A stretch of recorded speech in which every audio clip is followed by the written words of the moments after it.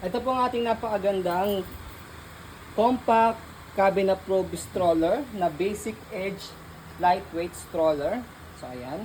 So this is already washed and ready to use. Wala po itong faded, wala siyang discoloration. So around 6 kg lang po ito. Okay, so this is good for newborn, adjustable for fully reclined up to toddler po ito, approximately 3 to 5 years old. And then ang kinagandaan pa po sa kanya, mahaba po yung higaan po niya. So pakita natin yung details niya one by one. Ito yung kanyang canopy as full canopy. Peekaboo. And then adjustable po yan, na naka-adjust na siya as full canopy. So meron siyang zipper dito. Yan, mumove nyo lang siyang ganyan. Okay? Tapos ang ganda ng pagkakaupo niya, ayan. I-flatten pa natin. Ayan, di ba? Flatten yung pagkakaupo niya.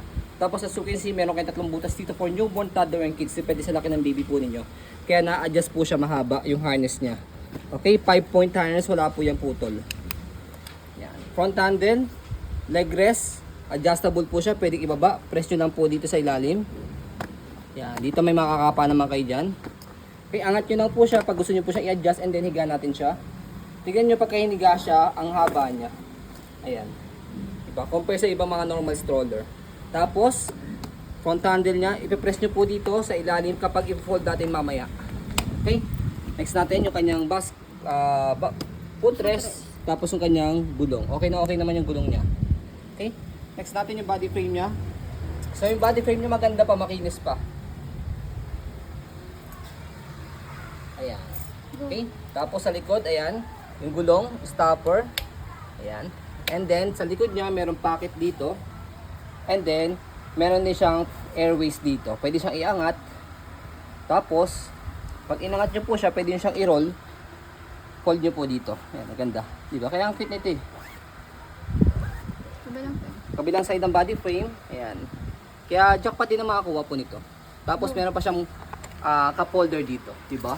Ang dami na. Basket. And then, basket niya, ito, minimal issue lang naman sa basket niya. So, yung basket niya, adjustable siya. Ayan, pwedeng habaan. Tapos, by the way, dito muna sa pinaka-higaan niya, pwede siyang semi-recline, kalahati. Atakin nyo na po itong dalawa. Fully recline niya. Tapos, press lang kapag gusto nyo po siya ihiga. Okay? Tapos, sa basket niya, ayan, sinabi ko kanina, pwede siya i-adjust. Tapos, hindi ko na siya tinahi. Meron kasi siyang butas dito. Hindi ko na siya tinahi. Kayo na po bahala. Tapos, bibigyan ko sa inyo yung tip para mas gumanda po yung basket dito na may butas. So tapalan nyo lang po siya, mas maganda kung may logo. 'Di ba? Logo na itatapan nyo rito para may design lang siya. Tapos tatayin lang siya pag ganun. 'Di ba? Kahit sa bahay, pwede niyo siyang tahiin na merong tatak dito, logo. 'Di ba? Mas maganda pa po siya. Okay? So ayan. So simple lang naman siya. And then meron siyang shoulder carry dito pag pinold. Tapos next natin yung handle niya. Ayan. Yung handle niya, ayan, wala naman siyang tear. Okay? So, next natin, bago natin siya i-fold, install muna natin. Yan, to make sure na wala siyang problem regarding sa kanyang mechanism. Ang ganda nito. Ang liit, tapos lightweight. Tapos ang haba niya pa pagka nakahiga. So, next natin, pag pinold siya, fold lang yung canopy. Fold lang na muna itong kanyang handle. Yan. Tapos, sa pinaka-handle niya, ito, may pinipindit dito maliit. Tapos, press. Ayan, tri-fold siya eh. Fold nyo muna siyang ganyan. Tapos, pag na-fold nyo na siyang ganyan, yung handle niya naman, pakabila. Ayan. See? Diba? So, yung kanyang shoulder carry, meron dito lock niyan eh. Ito, may lock siya sa gilid. Ayan. Para mag-compress po siya. Diba? So, ayan siya. Gang lang. Mga 6 kg lang ito. Ayan. Hindi siya abot sa 7 kg kasi pang cabin siya. Tapos pag inopen siya, tanggalin nyo lang yung lock dito sa gilid.